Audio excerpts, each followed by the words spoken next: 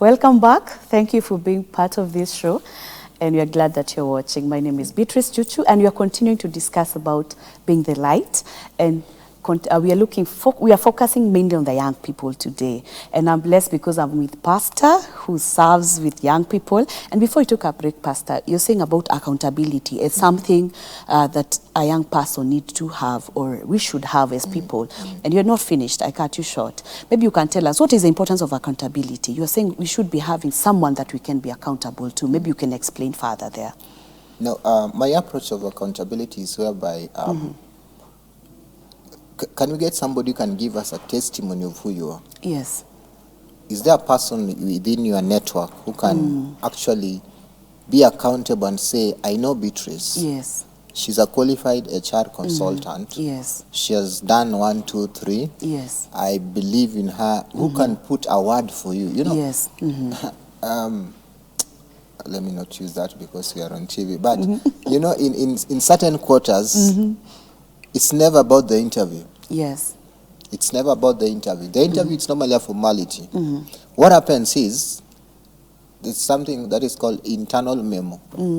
The internal memo says that anybody who knows such a person, please recommend them and tell them to apply. To apply, yes. So the moment you're applying, it's not about you. It is about whoever is putting a word for you. Why? They want to know, is the person you're about to employ accountable to a certain individual, to a certain organization, to a certain maybe church or something. Yeah. So accountability is very fundamental, and that's why people say your network is your net worth. So if you have a poor network, yes, where even the people in your CVs cannot call or cannot even respond to the employer's calls or emails, yes, you'll have trouble looking for works for employment in this country, and even in the global market. Yes. By God's grace, I've served some people out of this country, and one of the things that those clients told me, yes, give us a contact to confirm that you are truly able to deliver what you are looking for. Yes. And it was a very simple task, I can tell you. Let me not mention, but it was a very simple. Because we had some people who could easily do it. You need somebody to confirm that I can type, or, you know, some of these things you're wondering. But it was so important to them. Yeah. They're like, give us a second person, second contact and details, whereby we can confirm that you're able, you're not a con, you can do this thing, you can deliver, you know, you are legit and what have you. And so, to that end, I want to urge the young people watching us right now. It is very important to take note of who is the referee in your CV. Yes. Don't just put that high school teacher at Paul Mwangangi, former head teacher, what. Paul Mwangangi has been dealing with over 7,000 students in the last 2 years. That is very true. He cannot even remember you. When they call him, they're like, where? Unless they angalio sikumbuki, and that is your referee. The moment you say that, I'm already like, There are organizations in this country that I know, and probably even you know, like the UN, for instance. Before they give you a job, they will call your referee. If they don't respond to call, they will email them. If they don't email, you will not be called for an interview. Yeah. And it's not like they don't want you, but they just want to be sure that whoever we are dealing with is somebody whose documents you can verify. Yes. Hatutaki teams. Yeah, that is true. Thanks so much, Pastor. And I'm thinking about, those are 3 key things you've talked about. Integrity, transparency, and accountability. We found that sometimes, some people struggle with those 3 things. They're very key. And whether we are believers, even believers struggle with that. For example, integrity. You find we're still struggling. And we fail to be the light in that aspect of integrity. Do you know even when you fail to pay your tithe, yes, you have integrity issues? Yes, that's true. Because you earn your salary and then you're like, wacha tu nitaweke pamoja na ya next month nilipe. That is integrity issue. It's an integrity issue. And that tells us if you cannot also be a person of integrity in church, you can't be outside. If you go to the marketplace, then it's a big trouble. And we find people still struggling with this, Pastor. So I don't know, why are we still struggling? Because we're still having Christians, young people who are born again, but when you go to the workplace, we're still struggling with them because of such issues of integrity, as you say, and also transparency. Or even the other people that you're having, you find discipline issues coming on that side, absenteeism, the same, late to go to work, the same.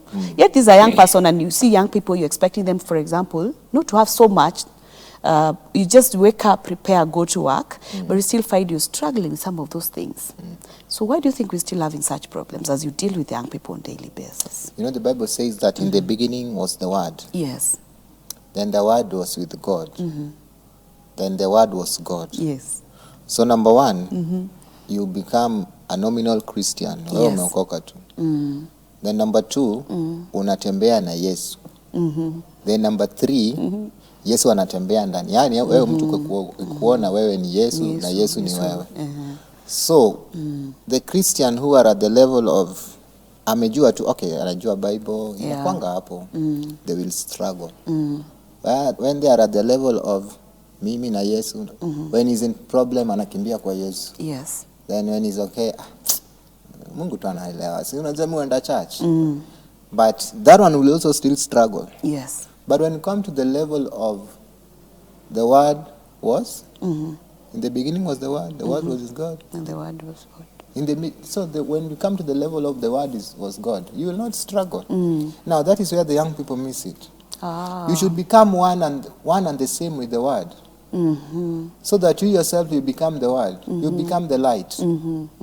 But you see, we are still struggling. It's just like when you're getting to marriage. There was a good pastor who explained it here, I think, in our church. It's called Pastor Vincent Charlo. Credits to him. Of course, let me not plagiarize what he said. Yes. But he said that when you're the moment you're dating, when you're looking for that girl, kuna time unaingianga church ama environment, you just know. Yeah. There's a Davila. Okay, my wife is Davila. There's a Davila. So that we tunajuana. Yeah. Then we start dating. Now I'm with Davila. Yes. But when we get married, me and Davila we are one. Huwezi nisenganya na Davila na huwezi senganya Davila na me. She will definitely know. Of course. You know, sometimes I empathize with people who tell us, kuna kitu nataka kuambia, lakini usiambie bibi yako. I'm like, you don't know what you're saying. One. We are one. So unless and until the young person becomes one with the Word, they will have struggles with this. Wow. Values that we are talking about here.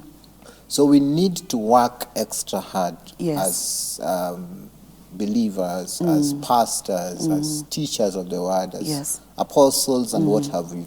So that we come to a place where we make the young people realize that you need to become one and the same with the Word. And that is the true Christianity. Hii ingine ni finje, pata potea. So as long as we are still under finje, pata potea, ni jaribu, niko hapa, siko hapa. That is why you'll find, sorry to say this, that's why you'll find some young girls coming to church with clothes. You don't want to look at them twice. You can only bow down and pray for them. Even if you didn't want to pray, you'll be forced to pray. It's because they have not understood the place of reverence for the things of God. You know, you need to package yourself in such a way that when we look at you, we see the glory of God. The kabod of God is the entirety of it is in you. As a young person who is born again. But if you've not come to that realization, you will still struggle. Wow. Good point there. Now, Pastor, I would not want us to end the program without looking at the season we are in. We are in politics, a lot of politics happening within the country as we look forward to our elections. And young people, in such a time, you find some of them are so much engaged in it. And when you come to the marketplace or the workplace, politics is how we handle them. Like we don't, it's not a place to come telling us, mimi ni wa unaitwa mrengo, this side or this side. So you need to have that balance. But sometimes is not easy to balance. I don't know what advice you'd give to young people during this time, because it's key, and especially in the marketplace, the workplace, it's good to be careful during politics. I don't know, what word would you tell them? One of the things that I normally do and that has helped me survive this political whatever is to understand the context. There's a place for everything. There's a time for everything. There's a context for everything. Yes. There are places where politics is admissible. There are places where politics is not admissible. Yes. So just understand your context. And it is also advisable that when you're in the presence of older people, of your bosses, it is more advisable to listen than to talk. Yes. Wow. There is what is admissible, what is not, and also know where to talk, when to talk, the context. And I think that is a good summary. Because considering that we are in such a situation whereby sometimes when people mess up with their bosses because of this, because maybe your boss supports this and you do this, those are things that you really have to be very careful about. And I think you brought it very well. Beatrice, do you know why it is called secret ballot? Because nobody cares who you vote for. Yes. At the end of the day, all of us are Kenyans, and whoever will be voted will be the president. Will be our president. Whether you like him or not, you'll have to call him His Excellency. Period. It's true. You're right. We need to wrap up. Pastor, we are the light, and we should be the light. What is your last word, especially to the young people in the marketplace being the light? Okay. So, anybody who's watching us, that is the young people, maybe even the old people, you may need this. Just understand the three basic principles that you need to apply at the workplace is integrity, accountability, and transparency. If you get all these things correct, I assure you, you'll not have problems at your workplace, and you'll be able to relate with your co-workers very easily. Wow. Yeah. Thank you so much, Pastor. I look forward to have you another time. It was great. Thank you. Thank you so much. This has been Empower. I believe that you learned a lot from our pastor, and you're going to be the light wherever we are, in the formal or informal setup, be it at home, be it in church, in our neighborhood, wherever we are. May we be the light as God desires us to be. God bless you. My name is Beatrice Chuchu. See you next week.